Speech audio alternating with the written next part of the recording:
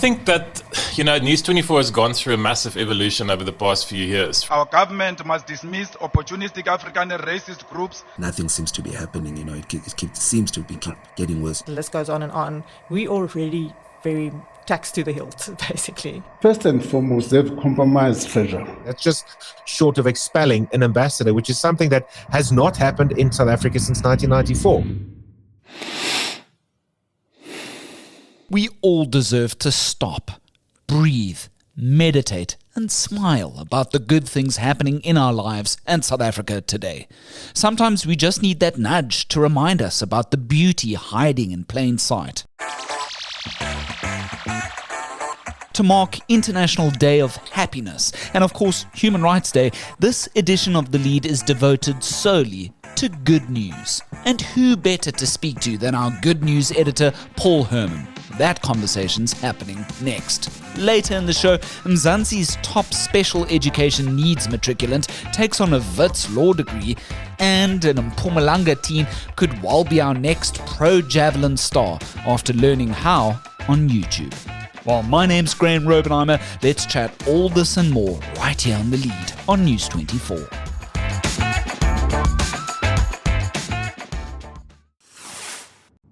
Perhaps you haven't heard yet, but there's plenty to smile about this International Day of Happiness. From a drive to craft backpack sleeping bags, to the story of a pair of twin chess prodigies that needed that special News24 push to compete abroad. Our man in charge of all things good news, Paul Herman, joins us in our Cape Town studios now to chat more about these stories. Thanks so much for your time, Paul. Thanks so much for joining us. It's my pleasure, Graeme. Thanks for inviting me. Absolutely. How are you feeling this International Day of Happiness? What does it mean to you? I'm actually feeling great. I've had my cup of coffee. Everyone in the office got a bit of a sweet treat for the day.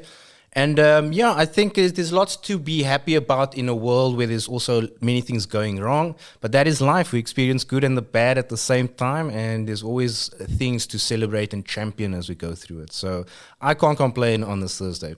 Fantastic. Anything on the good news agenda for your team today? Yes, we've got a reporter out in the Eastern Cape who apparently for an NGO is building the hugest happiness blanket in the world. It's in honor of Nelson Mandela. They are bringing 67 blankets together. Apparently it's going to break a record, and I think it'll be quite an interesting little story. And then later this evening, the World Happiness Report is actually being released. This happens annually every year, and it will just be interesting to see where South Africa ranks on the ratings. But more than that, I'd actually look at the insights of what actually makes us happy as a country, just those unique things that make us South African. There's lots of things that we can talk about, lots of things that perhaps aren't going as great as they can be, but we have this great ability to pick ourselves up and laugh at other things and enjoy other things about our country. So, and this report takes surveys and questions into account and will just tell us a little bit more about what makes us who we are. How important is it to tell the good news stories these days? Because we are constantly bogged down by the daily news reports, those important things, yes, politics, etc., etc. You yourself, you'd been doing the picking up on the desk every single day, whatever might be trending or breaking or whatever the case, and then politics, you've done your fair share of political reporting over the years. How's that shift been from you to go from that to championing good news for News24? It's actually been great. So I started out as a news reporter and then had a stint in Parliament as well as a political reporter. And then from there, I moved to the desk as a news editor. And, news is important. Like a lot of the stories that, they say bogs us down, it's still important stories to cover. We need to know what's going on, and journalists always have to hold power to account. But one of my favorite aspects of the news editing job was every now and again, we'd get a great story about some South African who did something amazing, and it would genuinely become a top news story. So first and foremost, it was actually news. It was newsworthy and everyone was interested in it, and it happened to be about a good thing. And that's really what I love about this beat, and perhaps what journalism in general hasn't always been getting right when it comes to good news stories, is that it's actually news. We want to cover things that are first and foremost newsworthy, that also happens to be about good things. And I think that shuttle shift in looking at these stories perhaps is what helps these stories contribute and complement all of the other work we're already doing. Absolutely, Paul, and we're going to get into some of those stories, which I like to think of them as almost features, right? Because it tells about the incredible story of the human soul and triumphing over terrible circumstances to be the best version of yourself, and that often gets picked up by all the other news organizations. Sometimes, a lot of the times, in fact, that stories are trending here on News24 end up becoming a major talking point in the rest of the country on various other channels. That definitely happens. Let's look at your story this week. I love this one. Fashini Group and an NGO, they've teamed up here in Cape Town. They're crafting this unique backpack, sleeping bag combo using textile waste. It's pretty nifty, and it's assisting homeless people to, obviously ahead of winter, stay warm. And that those particular unique items, they're being handed out at what the city calls safe spaces, those areas where the homeless can get a bed for the night. So homelessness is quite a huge topical newsworthy point, and I guess this is what makes the story newsworthy, is that it's already addressing something that's out there and that is an issue that everyone has an opinion on. What I found interesting about this is, first and foremost, they've in the retail industry, and specifically at the Fashini Group, they found they had a lot of textile waste when making their clothing, and they wanted to know what to do with it so that it didn't end up at a landfill, contributing to the environmental problem. So what they did is they tasked a few of the designers in the group to come up with an idea that could actually assist. And they came up with this idea of not only a really nice insulated sleeping bag, but one that is designed so that it can be turned into a backpack. So it can be worn and carried around by people who obviously need it in this time, especially if they're homeless or on the streets. I just thought that's interesting right there. Like, it's an interesting design element to it. But then on top of that, it's actually helping other NGOs craft the bags, and it's creating employment. And so there becomes this whole sort of they call it the circular economy, and that's actually what I liked about the story. It took many hands to bring this thing together, to get it to the end user, which are people are most vulnerable in the city. And what I like about the fact that it's such a large group like the Fashini Group is that it can be scaled out. It's not just one city. They've got offices everywhere, and they're hoping to take it to Durban and Johannesburg as well. So it's just about everyone needed to come together to make this little thing happen. And it actually is a really cool, interesting idea that's then now being distributed across all of the city's backed safe space shelters.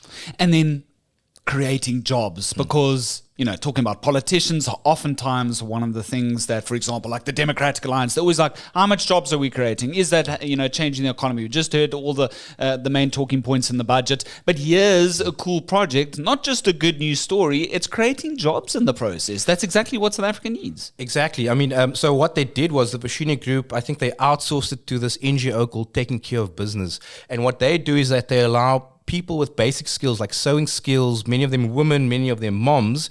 It took about 60 people in their organization, 3 months worth of work to help just on these first sort of 1,000 bags, sleeping bags, I think it was.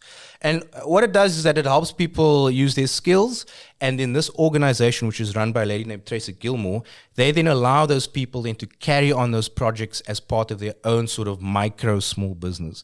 So if I'm a sewer and that's what I do, I now have this contract, I guess, to continue doing this work thereafter. And at least 60 people helped with this first little batch.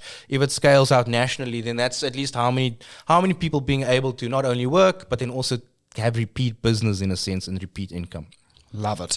Early in March, your team released this epic story. It's about a pair of young twin brothers from George, Doan and Bowen Rents. They essentially taught themselves to play chess by watching and emulating their dad. And then they were selected to represent South Africa because they're the top in the Western Cape, right, Paul? And then they went, they were picked to take part in this tournament in Greece, though they needed a bit of financial help, right? Tell us the story. Yeah, so these two twins, I mean, we've got a few tip-offs both from, there's a tournament happening next month called, I think it's called Chess South Africa for juniors. They will be competing there because last year they ranked number 1 and 2 in the province. And from there, they usually pick the candidates to go and represent South Africa. But because the tournament dates are a week apart, they chose it based on rankings from last year. To cut a long story short, these two twins they're obviously number 1 and 2 in their age group. They're 7 years old. They're self-taught. They learn from their father, but they really have been beating children older than them. They've shown a lot of prodigious talent, let's put it that way. And the trip to Greece, the top 10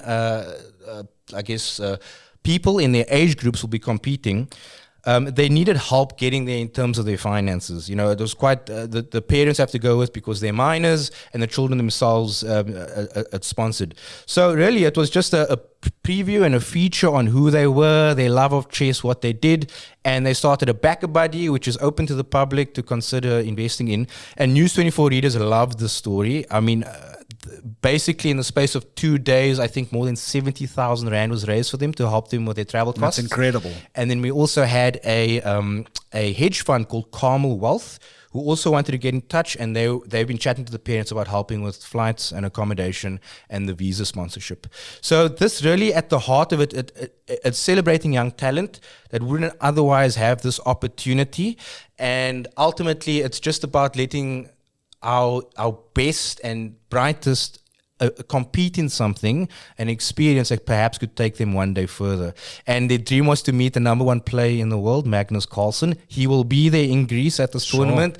Who knows what a little bump with run into the greatest in the world might do for their confidence as they continue to represent us. Yeah, man, it's so cool. Did you think, Paul, that you were going to get such a groundswell response from the readers? This is by far the most we've ever raised. We've done stories before about matriculants that have done well, who just need help with placements or getting to another city. And in the most part, our readers have raised a good couple of thousand Rand for them. It's always based on a specific target. The readers must decide what they are comfortable with. This was a larger one, but that's quite a lot of money that will help them get there. And I think then the assistance of the hedge fund as well will help settle most of their needs. But it's just really testament to how powerful the News24 stream is, how I think our readers genuinely want to assist when they feel like it's worthy causes. I think we all want to champion South Africans when it truly is something that we can feel passionate about. And we see that every now and again with News24 when we do stories like this. Paul, now moving to my favorite story, and I recall this being picked up everywhere at the time. Everybody was talking about this. Late last year, you brought us this incredible story of Loyiso Manga. He was in the middle of lockdown. He ditched his call center job. He was quote unquote hutful, as your story reads, and he pursued his Ubuntu olive oil business full time. I mean, he went on this road trip around the country, basically working out of his garage, working out of any location, creating the branding for that, sitting down on his own, putting all of that together. You had an incredible scoop there. Is there any updates to that story? Yeah, sure. I mean, look, his story has been told before. Ubuntu olive oil is quite known in the industry. I think he won an award at the New York International Olive Oil Competition. He was listed in Woolworths at the time as well, and he's also got listings in Takealot and a few other national retailers.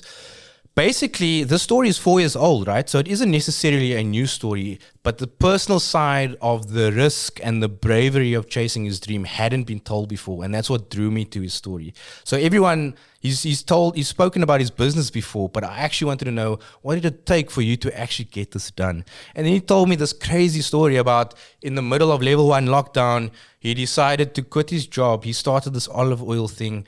He had this idea to go on a marketing road trip for a couple of weeks across the east coast of the country. He rented a panel van, took out a loan, and it was really like now or never for him. You know, if it didn't work, then that would be the end of this idea. But it created so much mileage for him, so much social media presence, and it kind of helped take him to the next step of establishing his business. So right now, he's still listed in some retailers, and he's also listed on Takealot. Like I said, last year he won an award in New York, you know, for his olive oil. So I think what our readers just really responded to it was just that entrepreneurial spirit. I'm going to go for it. I'm going to risk a lot. And in his case, it seemed to have worked out, taking that risk. And I think South Africans want to champion people like that. We can kind of live through them as well. He's chasing his dream. Maybe I can chase one of my own. Because I think that story definitely has the potential to inspire a lot of people. It might not be the sort of same magnitude of giving up your whole life and getting into a truck and, road tripping through South Africa, but it might mean a small change in your life, maybe doing something a little bit different that would change your outlook at the end of the day. I love it. Incredible story. Paul, for you, we were chatting about you being in hard news for the longest time, myself as well. Sometimes we get really, really under the weather. You know, I don't want to use the word depressed, but I would say that a lot of the time we introspect quite a bit and we get tough on ourselves on the stories that we cover. Do you feel like your personal space, your personal outlook has brightened, has become more positive because of all these stories that you get to tell and talk about? I mean, absolutely. I'll just refer to that story we just spoke about, Loyiso Manga. It was the very first story I did. I didn't think it would go viral. It was the most read story on News24 for all of December across all our sections. And I chose it because it summarized what we want to do with the good news section. We want to tell amazing stories about South Africans doing extraordinary things. It isn't to perhaps do sunshine journalism or to hide from the fact that there are other things going on. It's just to complement the news that already exists. And these great stories are out there, and we want to tell them as well and celebrate them, because that is life. There's all sorts of things going on. We want to reflect all of that. What this section has really done for us is that we're able to highlight really, really interesting, newsworthy stories about South Africans who we might not always hear about, but their stories are so good that people genuinely want to read them. And from my point of view, and for some of those who have contributed thus far to the section, it's absolutely amazing to read even the comments. Not every comment is positive, but for the most part, the comments on these stories are really great. That first story we did, for instance, got about 80 comments, every single one of them positive. I can't remember one. And I think awesome. even that was a rarity in itself. We looked at it and we analyzed it and we were like, wow, I'm not really sure if this necessarily always happens. Comments all over the show is generally skewed to those who have got something to say, and sometimes rightly so. But in this case, people just wanted to say, this is such a great story, I loved reading it. And I think we just want to help encourage people to engage with other things that are happening in our country that are also worth reporting about, that perhaps inspires you, another South African doing something, and it doesn't have to replace the other news that's already going on. Rather, it's complementing it, and we get a much broader view of what's going on in South Africa. Because we all often in the newsrooms that I've been, you often hear no news is good news, but bad news is good news, because that's what gets the news mill going. But in actual fact, no. Good news is good news, Paul. Okay, 1st of April's coming up. It's not necessarily just April Fool's Day. I'm sure there'll be a couple of gags going around, but it's actually Good News Day for you and the team, right? That's correct. So News24, April 1st, a few years ago, our editor-in-chief, Adrian Basson, wanted to do something different beyond just the usual gag or the fake story, spot the fake story. And he really wanted to celebrate South Africans and give everyone a day where we could celebrate really, really good news stories. Or as I like to call them, news stories about good things, right? Because I really want to emphasize that. It can be great news, and that just happens to be about good things. And so what Good News Day is, this April, we're going to bring 21 stories over the course of the day, and it's all going to be in line with similar things we've already been covering. South Africans doing extraordinary things. Groups taking to the streets to clean their own streets, or little initiatives that are helping create employment, or chess prodigies going up and hopefully winning the tournament and representing South Africa and coming back with a gold. Stories like that really, really helps enrich us culturally, helps unite us, helps us feel connected to other South Africans. But at their core, it's still newsworthy stories that will be interesting to our readers. So that really is what it is. And we really hope they enjoy the day on the 1st of April. And everyone from all of News24, from motoring to news to business, everyone's contributing one story per section. And we just hope to bring that to our readers. And there will still be other news going on as well. It won't just be about good news. We just want to live out that idea that this news belongs with all the other news as well, because it's all news. And expect the lead, of course, on News24 to be part of that master plan. Of course, you may have heard Paul here on the lead. I like to do this every now and then. I've been ensuring that we have a good supply of chappies in the lead studios. Yes. You chose, I think it's grape flavor. Any particular fact that sticks out for you in your chappies there? Yeah, the first one I thought was interesting, and it's maybe a public service announcement for the animal lovers out there. Macadamia nuts are toxic to dogs. I had no idea. Sure. And I know that our readers absolutely love dog stories. They love animals. So if you didn't know that, don't feed your dogs any macadamia nuts. And then I've got, did you know, number 512, Greece has the longest national anthem in the world. That's amazing. I think I will go and YouTube it later and see if I can get through all of it.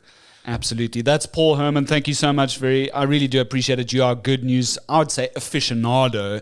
It's so lucky to hear about your story, about all the incredible different topics that you've covered over the years. I can't wait to see what's next. And of course, you're always welcome here on The Lead on News24. Thank you so much, Graeme, and thank you to our listeners. A lot of our stories have involved you as well, especially these fundraising efforts, and it really is great to see that there can be some impact for ordinary South Africans out there. So thank you so much.